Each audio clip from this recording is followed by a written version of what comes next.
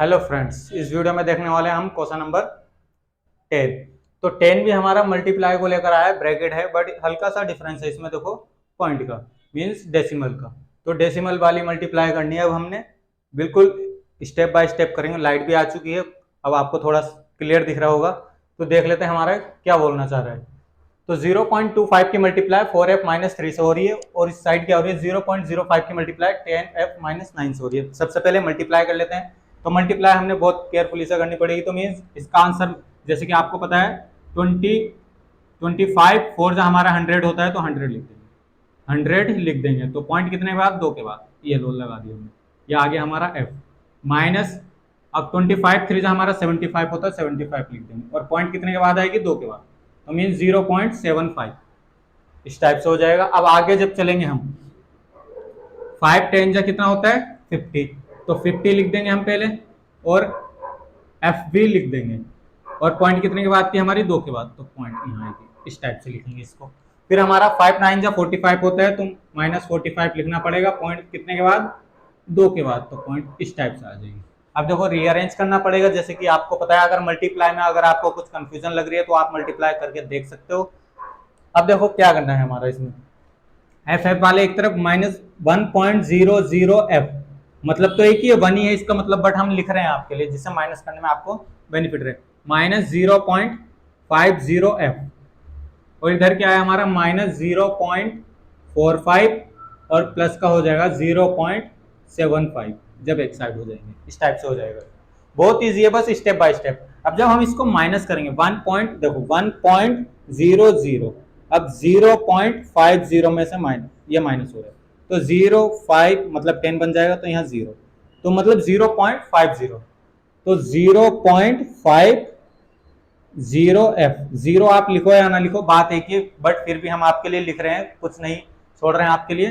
तो आगे आ जाते हैं हमारा 75 में से माइनस, 75 माइनस कितना हो रहा है 45 और पॉइंट तो दोनों सेम नंबर के पास है 0 एंड 3, तो इसका मतलब ये 0.30 और आएगा प्लस का, ताकि प्लस का बड़ा था हमारा उसमें से माइनस करना था हमने। तो अब देखते हैं f बराबर क्या हो जाएगा। f बराबर हमारा क्या हो रहा है, f बराबर क्या हो रहा है,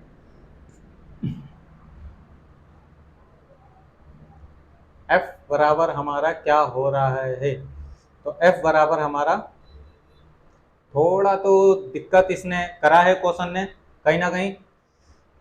अब एक बार रीचेक कर लेते हैं। ये हमारा जब 10 से मल्टीप्लाई होएगा तो 5 आएगा और एक 0 लग जाएगी तो 50। तो हमारा किस टाइप से होना है, 2 के बाद। तो करेक्ट लिखा है हमने, चलो कोई बात नहीं, फिर भी करके देखते हैं। तो हम इसको 5 को, हम 0 को लिखे ना लिखे बात हमारी बराबर ही है।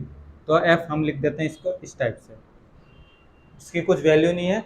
अब देखते हैं हमारा f क्या हो जाएगा, 0.30 अपॉन 0.5। अब कहने का मतलब पॉइंट एक हटेगी तो नीचे ऊपर एक 0 और ऊपर से एक हटेगी तो 2 0, तो 0 दोनों 0 गई, तो 3/5। एक बार चेक कर लेते हैं आपके लिए, 3/5 तो हमारा आंसर इसमें नहीं है। तो 3/5 हमारा आंसर नहीं है, तो आंसर क्या हो सकता है। तो देखो हमारा कितना बच रहा है, एक बार माइनस करा है ना हमने, क्या करा है माइनस इस टाइप से हुआ है। तो पॉइंट चल रहा था इनका आगे, पॉइंट चल रहा था इनका आगे, तो हमारा ये आएगा। तो 0.3 लिख सकते हैं इसको और 0.50 लिख सकते हैं इसको। तो अब देखते हैं हमारा आंसर क्या आएगा। तो आंसर हमारा इस टाइप से, तो देखो क्या हो रहा था, जैसे कि हमने करा 0.30 और हम इसको लिख रहे थे 0.50, जैसे कि नॉर्मली था 0.50, तो पॉइंट से पॉइंट हट गया, करेक्ट है। तो इसका मतलब 0 से 0 हट गया, सेम प्लेस पे था। तो आंसर क्या आ रहा है 3/5, बट हमारा आंसर इससे मैच नहीं हो रहा। तो मैच क्यों नहीं हो रहा, ताकि उनका आंसर है डेसिमल में। तो इसका केस क्या है, हमारा डिवाइड का सम्स बनाएंगे। देखो 5 डिवाइडेड बाय 3, तो पॉइंट लगी 0 आ गया, तो 5 6 जा 30। तो इस टाइप से ये आंसर हो रहा है, मीन्स आंसर क्या आ गया, f बराबर हमारा 0.6।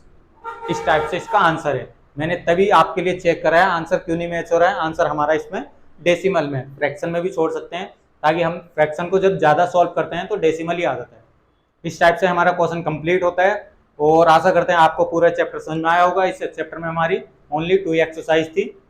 इक्वेशन सॉल्व करनी थी, दोनों में ही लीनियर इक्वेशन, वन वेरिएबल हमारे क्वेश्चन आ रहे थे रिपीट होते हुए, डिफरेंट टाइप की problem, plus minus multiply divide को लेकर, और हमने उसको एक एक्सरसाइज में तो ये भी सीखा है, पहले हमने एक्स की वैल्यू निकाली, मीन्स वेरिएबल की वैल्यू निकाली, फिर वो हमारी वैल्यू सही भी कि गलत है उसको चेक करना भी सीखा है। तो हमें आंसर शीट देखने की उस केस में जरूरत नहीं है, और हमारा इसमें हमने सिर्फ सोल्यूशन ही निकाल के देखे हैं, आंसर चेक करने की गुंजाइश नहीं समझी है। बस हमने एक बार स्टेप बाय स्टेप अपने स्टेप चेक करते चलेंगे तो हमारा आंसर ऑलरेडी ठीक ही रहेगा।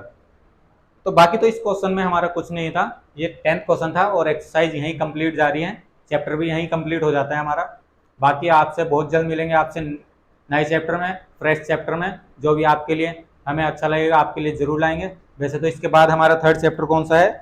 थर्ड चैप्टर है हमारा अंडरस्टैंडिंग क्वाड्रिलेटर। अंडरस्टैंडिंग क्वाड्रिलेटर क्या होता है, मतलब क्वाड्रिलेटर क्या होता है, जो 4 साइड से क्लोज्ड पॉलीगन होता है उसे हम क्वाड्रिलेटर कहते हैं। क्वाड्रिलेटर को समझेंगे, क्वाड्रिलेटर में क्या क्या चीजें हो सकती है। नेक्स्ट जो चैप्टर है हमारा देखेंगे, उसी के बारे में कुछ आपको सिखाने की कोशिश करेंगे।